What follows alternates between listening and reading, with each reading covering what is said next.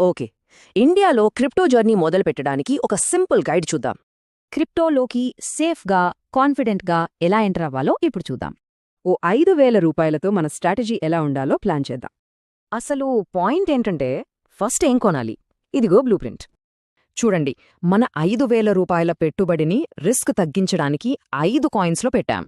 ఈ స్లైడ్లో ఇంట్రెస్టింగ్ విషయం ఏంటంటే ప్రతి కాయిన్ వెనుక ఉన్న ఎందుకు అనేది. దీనివల్ల మార్కెట్ పడినప్పుడు ఇంకాస్త తక్కువ ధరకి కొనే ఛాన్స్ ఉంటుంది. సరే, ఇప్పుడు అసలు విషయంలోకి వెళ్దాం. కొనడం అనేది సింపుల్గా 4 స్టెప్స్ ప్రాసెస్.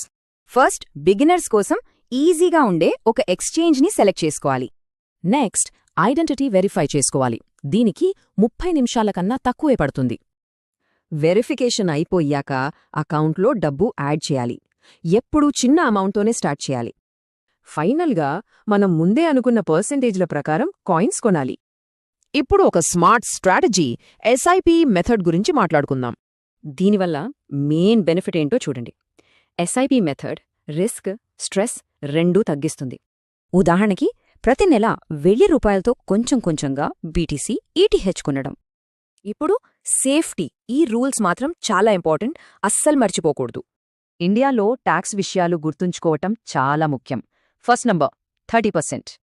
అంటే క్రిప్టో అమ్మినప్పుడు వచ్చే లాభాలపై కట్టాల్సిన ఫ్లాట్ ట్యాక్స్ రేటు ఇది. ఇక తెలుసుకోవలసిన రెండో ముఖ్యమైన ట్యాక్స్ ఫిగర్ 1%. ఇదే టీడీఎస్, అంటే ప్రతి అమ్మకం మీద ముందుగానే కట్టయ్యే పన్ను. అందుకే ట్రాన్సాక్షన్స్ అన్నీ రికార్డ్ చేసుకోవడం ముఖ్యం. ట్యాక్స్ ఫైలింగ్ ఈజీ అవుతుంది. అయితే ఒక బిగినర్గా రియలిస్టిక్ గోల్ ఏంటి? మొదటి కొన్ని నెలలు ఎలా ఉండాలంటే, సంపాదించడం కన్నా నేర్చుకోవడం మీద ఫోకస్ పెట్టాలి. నెమ్మదిగా నిలకడగా ఎదగాలి. అంటే భయంతో కాదు, ఒక పక్కా ప్లాన్తో అమ్మడం నేర్చుకోవాలి. ఇక చివరిగా ఒక మాట, క్రిప్టోలో అన్నింటికన్నా విలువైన ఆస్తి బహుశా ఓపికేనేమో.